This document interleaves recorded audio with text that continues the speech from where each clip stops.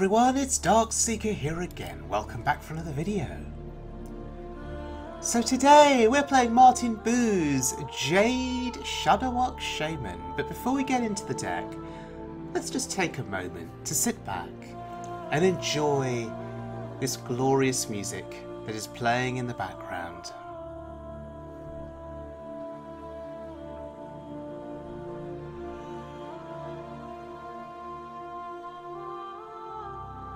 So this music is from Tanaris, which is a zone in World of Warcraft.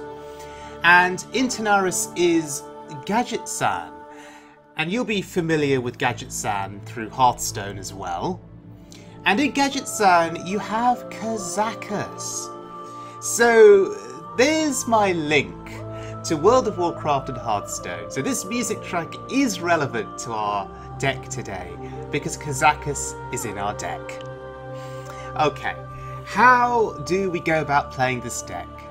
Well, it's all about the big green men, the Jade golems, and the idea is eventually to play the Shudderwock and to end up with a board full of big green men.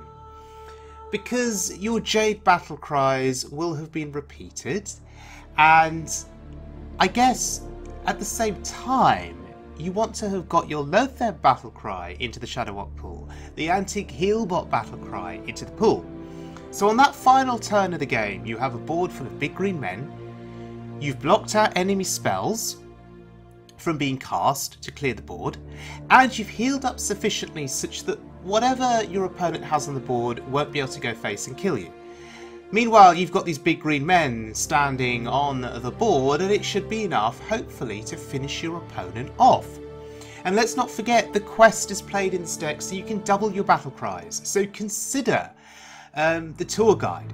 You play the tour guide, make your hero power cost 0. Play the Shudderwock then, and you're doubling the Shudderwock's battle cries. So very, very powerful indeed. So let's have a look then at this deck in action on the Wild Mode ladder. We're going to look at two different games. And our first game is going to be against everyone's favourite opponent. It's going to be a mage. Okay. The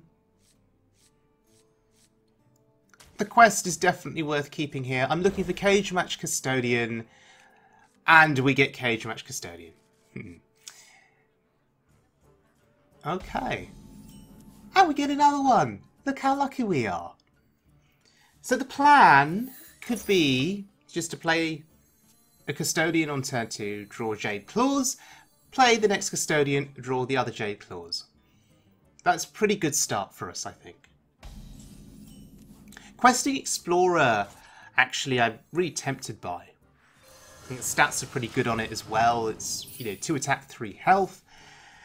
But I'd rather play the Custodian, and the reason being, if I play the Questing Explorer, possibly I draw Jade Claws, and I don't want to do that when I've got 2 Custodians in hand to get me both copies of my Jade Claws. Wow, look at the draw here, that's awesome.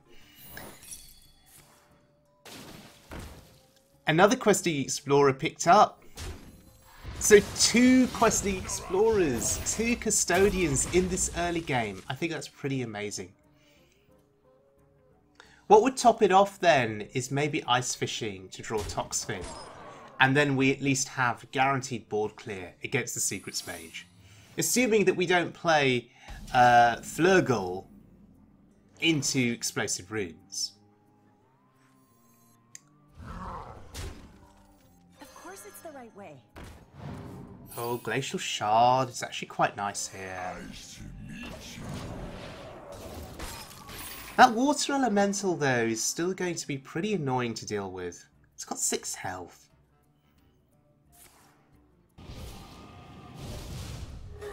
Okay, expending 2 mana on a ping. That's pretty good. I think it at least slows them down a little bit. If they weren't pinging on that turn, what else would they have done with that 2 mana then? I think is what we need to think about. I guess they could have played another Scientist or an Archaeologist if they've got it in hand.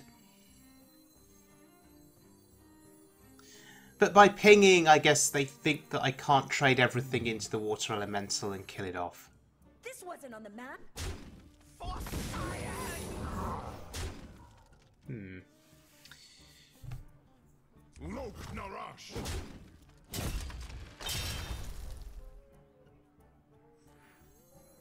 Of course it's the right way. Runes, that's frustrating. I probably should have played the Custodian first.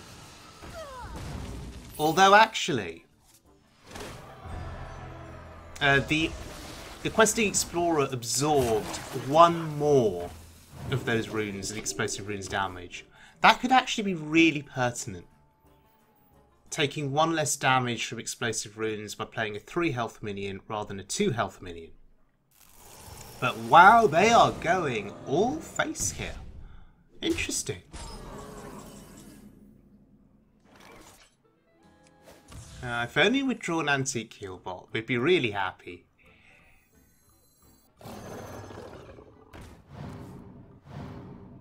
Well, there's the healbot. If we survive into next turn, we can utilise the healbot with our hero power. And that'll be a lot of healing.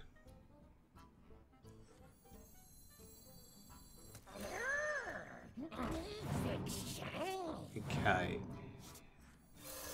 The Broomstick is such a crucial card in this deck in terms of that early survivability. So I think we need to trade everything in here to kill both of these minions if we can. Can we do it? We can. Just barely. We've sacrificed our entire board for this. And rigged fair game, you hate to see it. You really, really hate to see it. Okay, here's the question then. Is doubling the antique healbot battlecry going to be enough to save us in this game?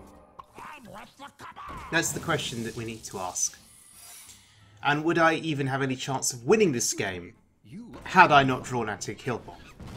Which begs another question. Should we have 2 copies of the healbot in this deck? Particularly if you're facing lots of secrets mages. Alright, we're up to 24.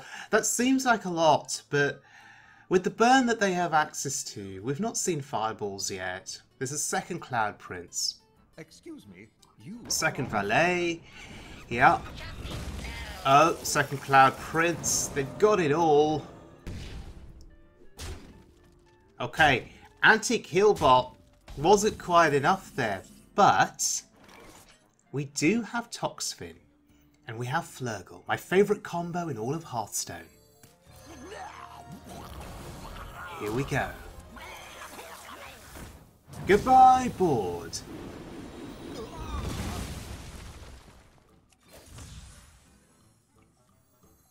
So we can start the Golem train here, or carry on the Golem train, starting with a 2-2.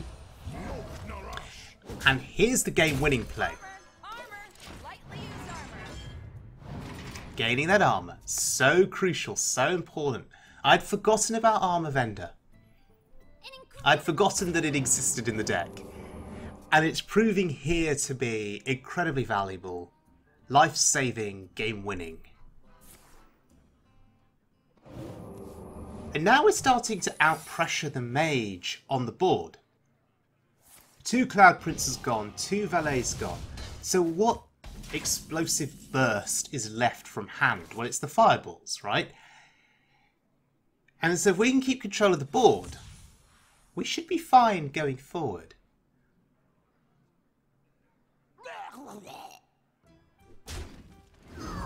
It's not Flame Ward. It's good to see. Nature waits for no one but me. Explosive runes. Ouch. Don't want to be taking that damage.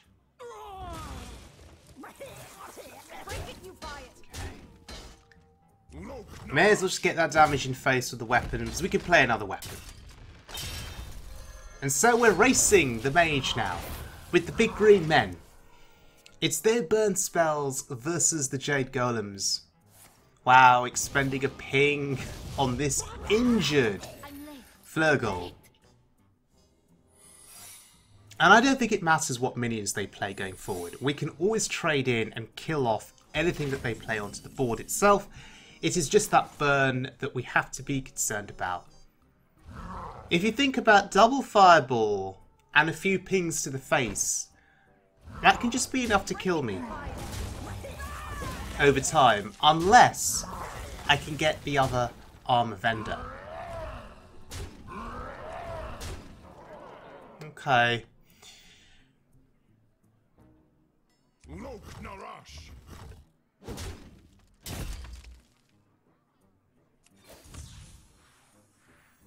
I love this hero power, by the way. The doubling of the battle cries. It's so awesome. Look at the value here. Look at the big green men.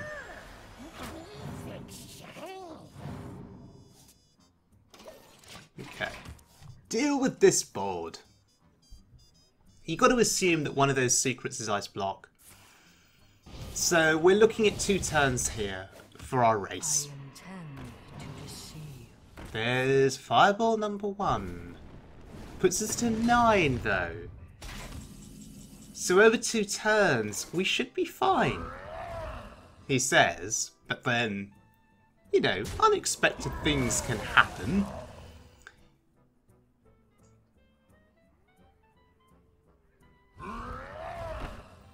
Doing math, by the way, is hard when you're trying to figure out how to pop the block and trade in at the same time. Okay. So that's a job well done for us. May as well get some more value while we can. More big green men. So they've got to kill us this turn or play another block, right?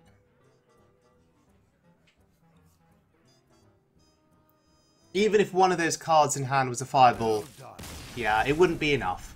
Fantastic.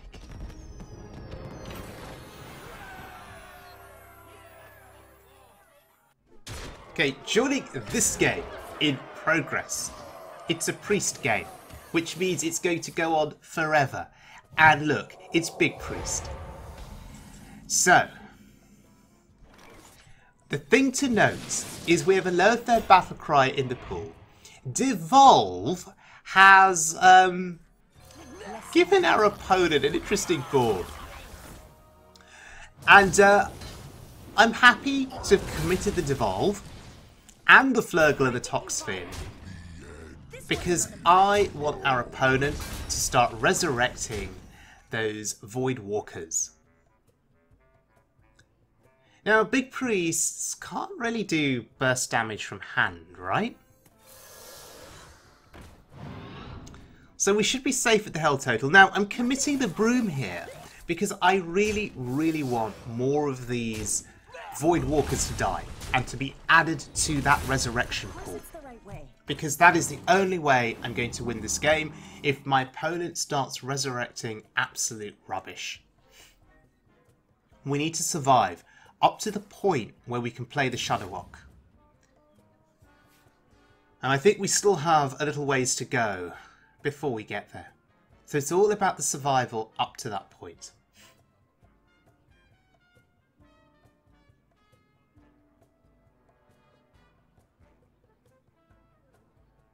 So what have you got here? Strength and honor. Hysteria, ooh, fancy. Can our Flurgle somehow survive? Ha! It does! Amazing. Absolutely amazing. What else will they commit then to kill the Flurgle? Oh, choice of a minion. The stars align! Oh dear. Well, that's not great. I mean, he's got 7 attack and 7 health, but it's a darn sight better than some of the other things that the priest would want to be resurrecting. Oh, and yes, this 2/3 that you want to add into the pool too. Brilliant. Okay, 2 cards drawn here is pretty sweet. No Shudderwock just yet. And again, I'm feeling safe. At 10 health, I'm feeling okay about things.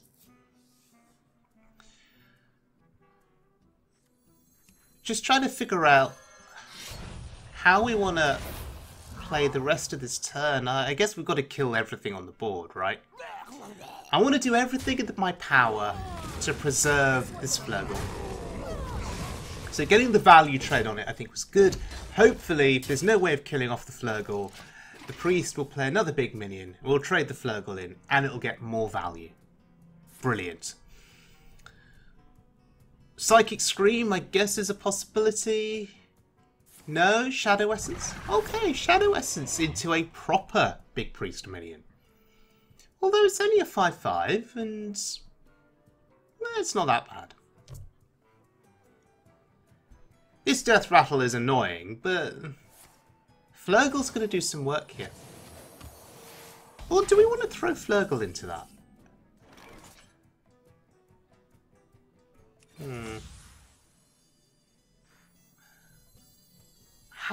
What is the best way to play this turn? Could use my face. And we'll play the heal bot just to make it act like a target on the board for the Death Rattle. The 3/3 goes in. I want the Flurgle to survive. Of course! Of course! The Flurgle dies. Oh dear. I was hoping to save that Flurgle for one more turn. To maybe put it into a minion that's a bit more significant in size. But meanwhile, the big green men are growing on this board. Sure. Soon enough, we will have a board of minions bigger than what Big Priest can generate. And it'll be us that's in control of the game.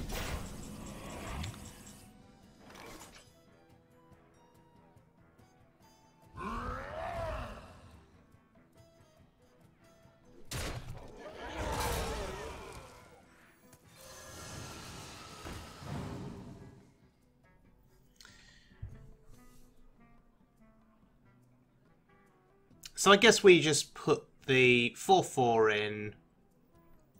Am I trying to protect the 6/1 from dying because I value its attack?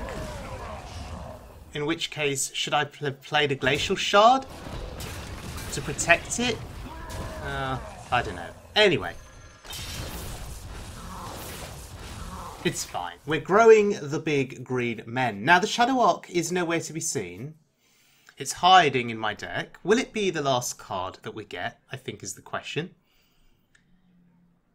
We are saving the tour guide for the Shudderwock turn. We want to double the Shudderwock battle cry. I think it's really important.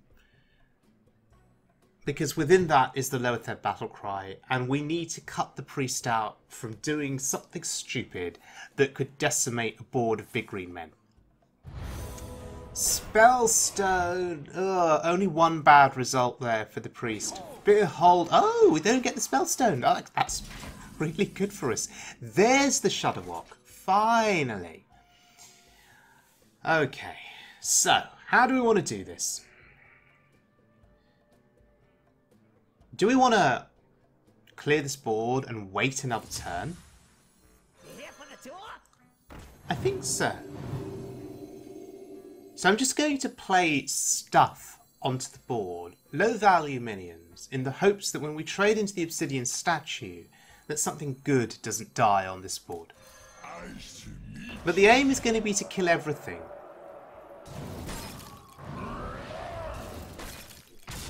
What dies here? Oh, that worked out really, really well. I guess technically I should have frozen their face, right? If I was aiming to kill everything on the board. I probably should have frozen the priest's face. Not that it matters, because they don't have weapons. Okay. Will they commit a board clear here, is what I'm thinking. Because actually, I'd like some space on this board. I'd like space for my Shudderwock. Now it looks like we'll be able to trade off most of our stuff, maybe, into the 8/8 and whatever it generates at the end of the turn. Ooh, Death Coil. They think they're safe here. They think they're doing a good job of clearing my board. That's annoying. Okay, what does Vargoth do? Behold into a... Ooh, Resurrect. That's a pretty scary board. It really is. Okay. So, kill off the 8/8. That's absolutely a priority.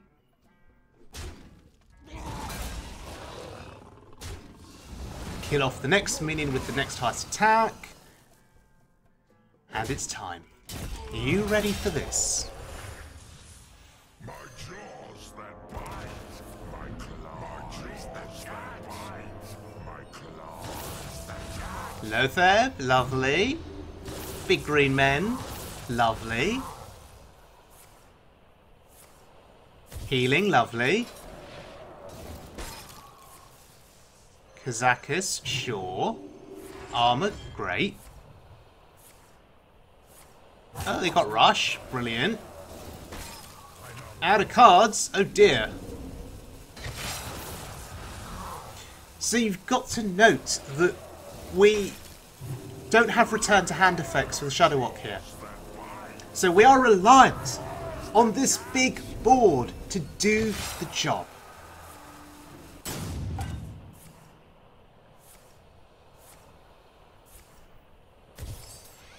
And we're still going.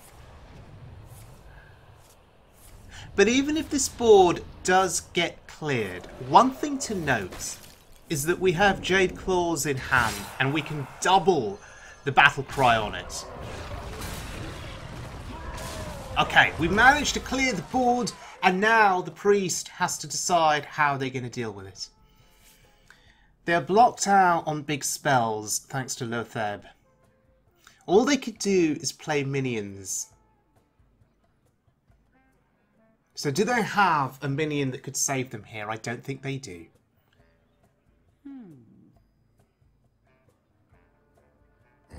Oh. Scrapyard Colossus, double layered taunt. Is that going to be enough to save them?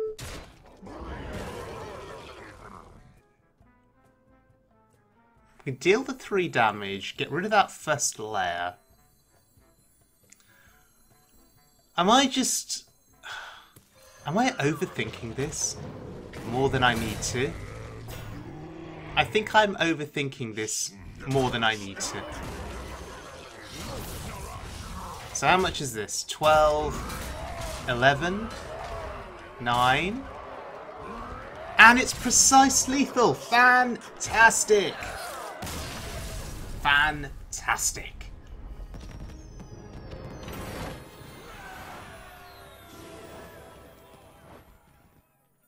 Okay, ladies and gentlemen, MartianBuu's Jade Shudderwock Shaman. What a fantastic deck. Really fun deck to play.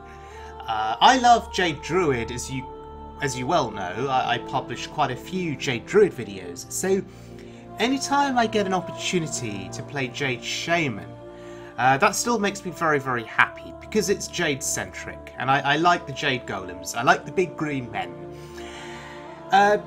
Jade Druid, I think, technically sees a lot more play than Jade Shaman. It's the more accepted and the more common Jade deck type, I guess you could call it. But with Jade Shaman, I think there are certain advantages over Jade Druid. I think that the speed at which you can put out those big green men, especially with that hero power that can double your battle cries, I think it's pretty significant. With Jade Druid, you often have to wait a very long time until you can start generating any big green men at all, because it's usually Jade Idol that has to get shuffled a number of times before you start playing it and developing those big green men, and that's usually in the really, really late game. Whereas with Jade Shaman here, with this deck, those big green men are absolutely pivotal to your win condition, getting that big board of Jade Golems via the Shudderwock.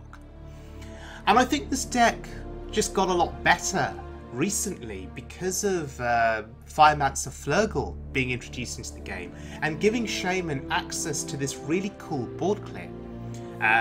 2 minions, very cheap, 3 mana, clear an entire board, assuming they're not Death Rattle minions on the other side of the board, but still, it's more or less a 3 mana full-on board clear a lot of the time. And that is really powerful. So I feel that that combo alone has just made this deck a lot better. So thank you very much for joining me, everyone. I hope you enjoyed the video. There are a lot of, I say a lot of, there are a couple of other deck builds for Jade Shaman that I've seen doing the rounds recently, and some of them look quite different to this one. So if you have any thoughts on Jade Shaman and how to build a deck, then please leave your thoughts in the comments section below. I'd be quite interested in reading them. So until next time, please stay safe, please look after yourselves, and as always, please be good to one another.